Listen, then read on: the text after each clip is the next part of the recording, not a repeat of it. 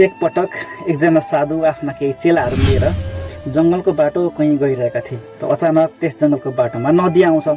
त्यो नदी तर्ने क्रममा देख्छन् गुरुजीले ती ऋषिमुनिले कि नदी तर्नलाई एकजना युवती पनि आएकी छिन् जो चाहिँ एकदमै असमर्थ छिन् त्यस खोला तर्नको लागि, त्यस नदी तर्नको लागि।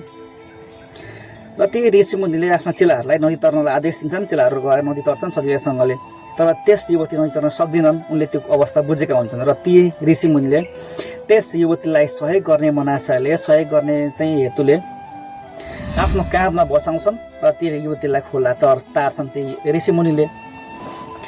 र त्यो देखेर ती सबै चेलाहरू चाहिँ एकदमै चुप्प लागेर केही नबोलिकन बसिरहेका हुन्छन्, केही नबोलिकन हिँडिरहेका हुन्छन् र सबैजना खोला तर्छन्। ती महिला, ती युवती आफ्नो बाटो लाग्छन् र ऋषिमुनि लगायत आफ्ना चेलाहरू चाहिँ आफ्नो बाटो लाग्छन्।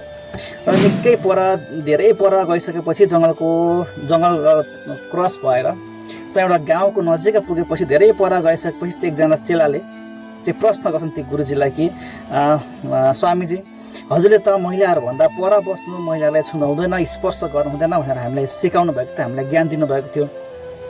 तर आज अकस्मात तपाईँको त्यो ज्ञान, तपाईँको चेतना कहाँ गएर तपाईँले ती युवतीलाई चाहिँ आफ्नै काँधमा बोकेर चाहिँ खोला तार्नुभयो भनेर एकजना शिष्यले गुरुजीलाई प्रश्न गर्छन्।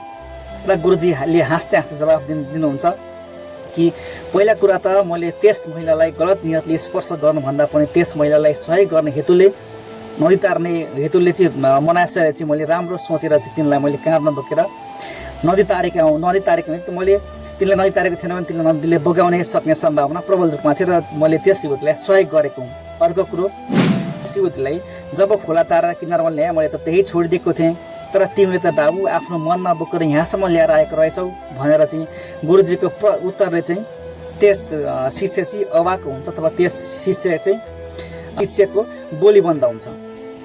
त्यसकारण यस प्रसङ्गले भन्न खोजेको कुरा, माइ डियर फ्रेन्ड, कहिलेकाहीँ हाम्रो जीवनमा पनि त्यस्ता घटनाहरू घट्छन् जसले हाम्रो मन एकदम विक्षिप्त बनाएको हुन्छ, जसले हामीलाई एकदम ठुलो चोट दिएको हुन्छ। र त्यस घटनालाई, त्यस समयलाई हामीले जहाँको त्यहीँ छोडेर अगाडि बढ्न सकेनौँ भने फेरि पनि हामीले जीवनमा प्रगति गर्न एकदमै गाह्रो हुन्छ। जसरी यी सर्पले आफ्नो काँचुली फेरिसकेपछि काँचुली जहाँको त्यहीँ छोडेर सर्प अघि बढ्छ नि, यही सर्पले त्यस काँचुलीलाई फेरि आफ्नो मायाले, आफ्नो दयाले सँगसँगै लिएर हिँड्यो भने त्यस सर्पलाई, त्यस काँचुलीले धेरै कुरामा बाधा पुर्याउनेछ। त्यसकारण माइ डियर फ्रेन्ड्स, मैले भन्न खोजेको कुरा, त्यस्तो गलत समयलाई, त्यस्तो अप्ठ्यारो समयलाई जसले हाम्रो मनमा पीडा दिएको हुन्छ, त्यस खराब समयलाई, त्यस खराब परिस्थिति वा घटनालाई हामीले जहीँ त्यहीँ छोड्न सकेनौँ र हामीले सँगसँगै आफ्नो मनमा बोकेर आयौँ भने त्यसलाई अझै पनि भविष्यमा धेरै पीडा दिने गर्छ। त्यसकारण त्यस्ता घटनालाई आजैबाट बिर्सिदिनुहोस् र जहाँको त्यहीँ छोडेर तपाईँ अगाडि बढ्नुहोस्। तपाईँले जीवनमा धेरै प्रगति गर्न सक्नुहुन्छ। हस्, धन्यवाद।